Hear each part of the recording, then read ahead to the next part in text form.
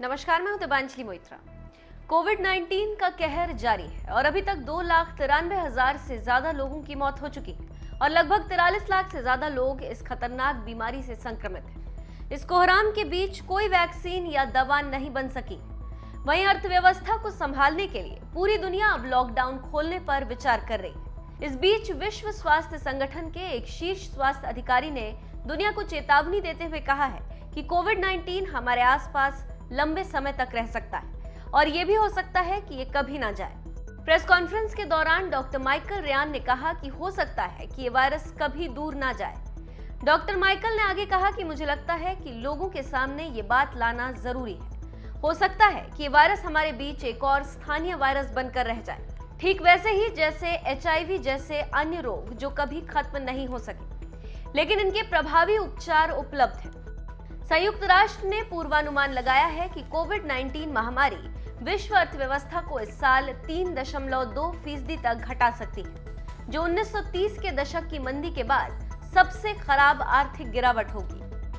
संयुक्त राष्ट्र की मध्यवर्षीय रिपोर्ट बुधवार को जारी की गई, जिसमें कहा गया है कि कोविड-19 की वजह से वैश्विक आर्थिक उत्पादन में लगभग $8.5 ट्रिलियन की कमी आने की उम्मीद है।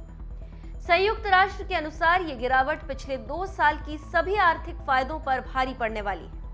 संयुक्त राष्ट्र विश्व आर्थिक स्थिति और संभावना रिपोर्ट में कहा गया है कि ये महामारी गरीबी और असमानता को भी बढ़ावा देगी। इसके अलावा 2020 में करीब 3,40,00,000 लोगों के गरीबी रेखा से नीचे जाने की संभावना है। इनमें से 56% लोग सिर्फ अफ्रीका के हो सकते हैं। संयुक्त राष्ट्र की रिपोर्ट के अनुसार 2030 तक करीब 13 करोड़ लोग अत्यधिक गरीब श्रेणी में शामिल हो सकते हैं, जो गरीबी और भूख को मिटाने के वैश्विक प्रयासों के लिए एक बड़ा झटका साबित हो सकता है। इससे पहले कई वैज्ञानिक इस बात को लेकर चेतावनी जारी कर चुके हैं कि कोविड-19 अपना रूप बदल रहा है, जो पहले से ज्यादा खतरनाक हो सकता है। वैज्ञानिकों का दावा है कि कोरोना का ये नया रूप अपने वास्तविक रूप से कहीं ज्यादा संक्रामक हो सकता है।